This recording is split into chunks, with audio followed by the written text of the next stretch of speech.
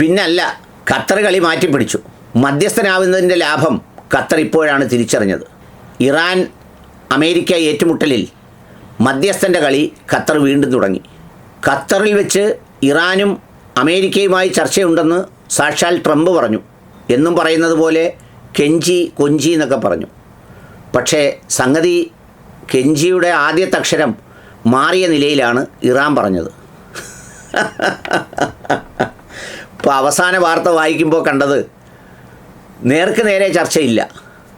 അമേരിക്കയുടെ കൃഷ്ണറും വാൻസറും ഒക്കെ ചെന്ന് ഖത്തറുകാരോട് കാര്യം പറയും. ഖത്തറുകാർ ആ കാര്യം മുഴുവൻ ഇറാൻകാരോട് പറയും. ഇറാൻകാർ പറയുന്ന മറുപടി ഖത്തർ തിരിച്ചു പറയും.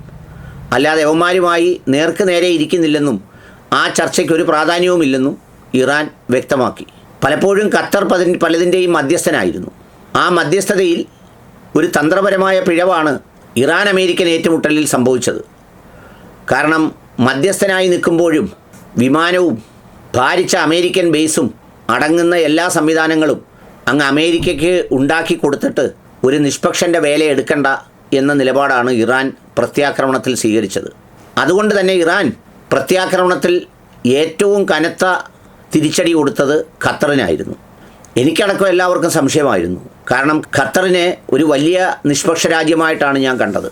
എന്നിട്ടെന്താണ് ഇങ്ങനെ ഖത്തറിനെ അടിക്കുന്നത് എന്നൊക്കെ അന്വേഷിച്ച് എന്നപ്പോഴാണ് ഖത്തറും അമേരിക്കയും തമ്മിലുള്ള പ്രണയത്തിൻ്റെയും സ്നേഹത്തിൻ്റെയും അഗാധ തലങ്ങളടങ്ങിയ അതിലൂളിയിട്ട് പോകുമ്പോൾ അത്ഭുതപ്പെട്ടു പോകുന്ന പവിഴപ്പുറ്റുകൾ കടലുകൾക്കടിയിൽ കാണുന്ന ഒരു സ്നേഹബന്ധത്തിൻ്റെ ആഴം ഞാൻ അറിഞ്ഞത്. അപ്പോഴാണ് എനിക്ക് മനസ്സിലായത് ഇറാൻ വെറുതെയല്ല ഖത്തറിനിട്ട് അടിച്ചതെന്ന്.